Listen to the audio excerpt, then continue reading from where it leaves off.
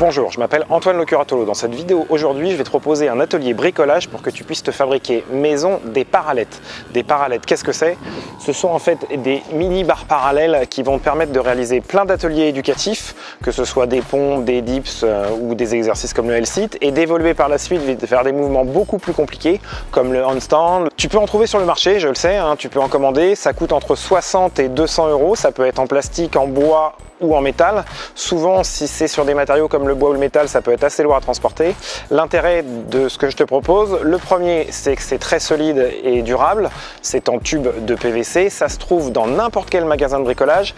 Et tout ça pour un budget de maximum 30 €, tout le PVC compris, aussi bien les tubes que les coudes et les T dont on va avoir besoin, ainsi que le tube de colle. Tu fais bien attention à protéger la surface sur laquelle tu vas être pour éviter un coup de scie malencontreux ou une tache de colle. Pour réaliser ces parallettes, on a besoin de matériel que tu peux trouver au rayon plomberie de n'importe quel magasin de bricolage. D'accord? On va commencer par des tubes en PVC. Il te faudra 4 tubes d'1 mètre dans un diamètre de 40 mm. Moi, c'est la prise que je préfère. Si vraiment tu as de très grandes mains, tu peux opter pour du 50.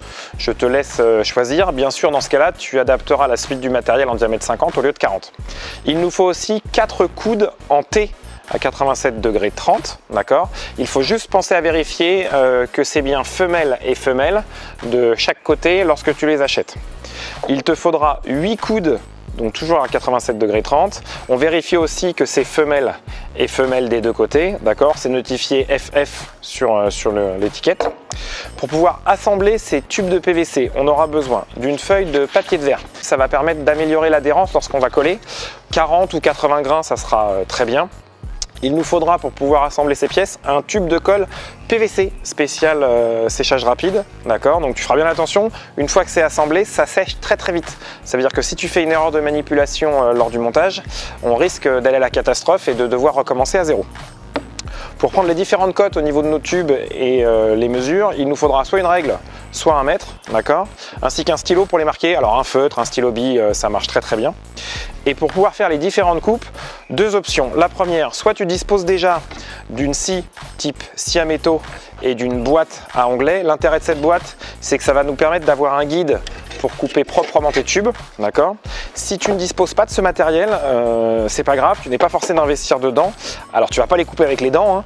C'est juste qu'à chaque sortie de magasin de bricolage, que ton magasin soit vert, bleu ou jaune, tu peux avoir à disposition des scies qui te permettront de couper sur place. Donc dans ces cas-là, avec ton mètre et ton crayon, tu as déjà pris les mesures dont tu as besoin. Juste à la sortie du magasin, après les caisses, tu mesures tes tubes, tu les coupes et tu n'auras plus qu'à assembler à la maison. Pour réaliser tes parallettes, la première étape va être de prendre les bonnes mesures pour couper tes tubes. Pour réaliser tes parallettes, il te faut 4 morceaux de tubes de 50 cm, 4 morceaux de tubes de 20 cm, 4 morceaux de tubes de 5 cm et 2 morceaux de tubes correspondant à l'écartement de tes parallettes qui va être personnalisé. En effet, en fonction de ton gabarit, en général, le bon écartement, c'est la longueur d'un avant-bras, la main à plat avec les doigts ouverts. Donc pour la mesurer, tu prends appui contre un support, la boîte à onglets ou autre avec ton coude. Tu poses ton avant-bras avec la main à plat, les doigts ouverts sur une table. Et avec un mètre ruban, tu mesures quelle est la distance nécessaire. Ensuite, une fois que tu as pris tes cotes, tu peux couper tes tubes. Pour la bonne coupe des tubes, je te conseille d'utiliser une boîte à onglets et une scie à métaux pour obtenir une coupe propre. Voilà, après avoir coupé, on se retrouve avec toutes les pièces dont on a besoin pour fabriquer nos parallettes. Donc je te rappelle, on a les 8 coudes femelle-femelle de diamètre 40. On a les 4 coudes en T en femelle-femelle aussi en diamètre 40. Et au niveau des coupes que l'on a fait, on a fait 4 coupes de 50 cm.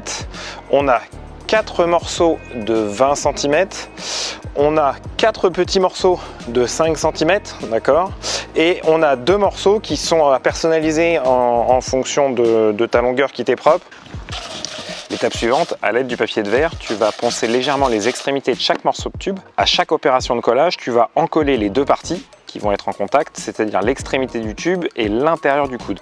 Surtout lors de l'assemblage, ne te trompe pas car la colle fixe très rapidement. On va commencer par réaliser la base des parallettes. À chaque extrémité d'un tube correspondant à ton écartement, tu vas coller un coude en T.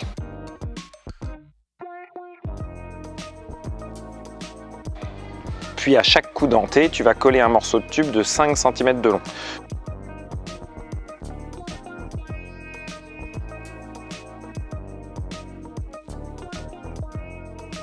Tu feras bien attention, au niveau des coups dentés, il y a un sens. On met la partie la plus courte à l'intérieur. Bien sûr, tu répètes la même opération une deuxième fois pour obtenir les deux montants. À chaque extrémité des montants que tu viens de réaliser, tu colles à angle droit par rapport au coup denté un coude de 90 degrés. Fais attention à l'alignement des coudes à 90 degrés qui doivent être bien perpendiculaires au coup denté pour que ton support soit bien stable une fois réalisé.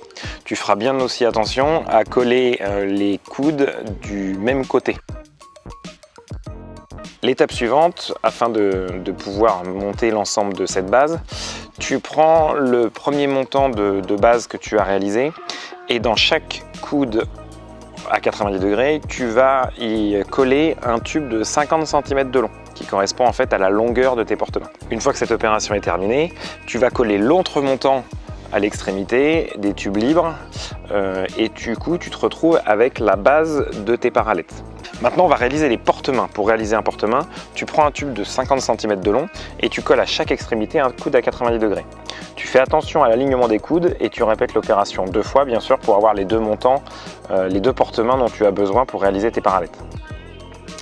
Dans chaque porte-main que tu viens de réaliser, tu vas coller un tube dans chaque coude, tu vas coller un tube de 20 cm de long à chaque extrémité, qui correspond en fait à la hauteur de tes parallettes.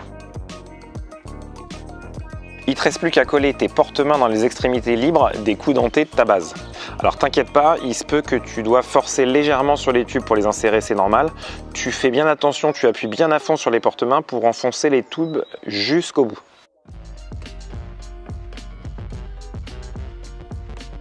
Tu viens de finir la réalisation de tes parallettes, ça va être sec en quelques minutes.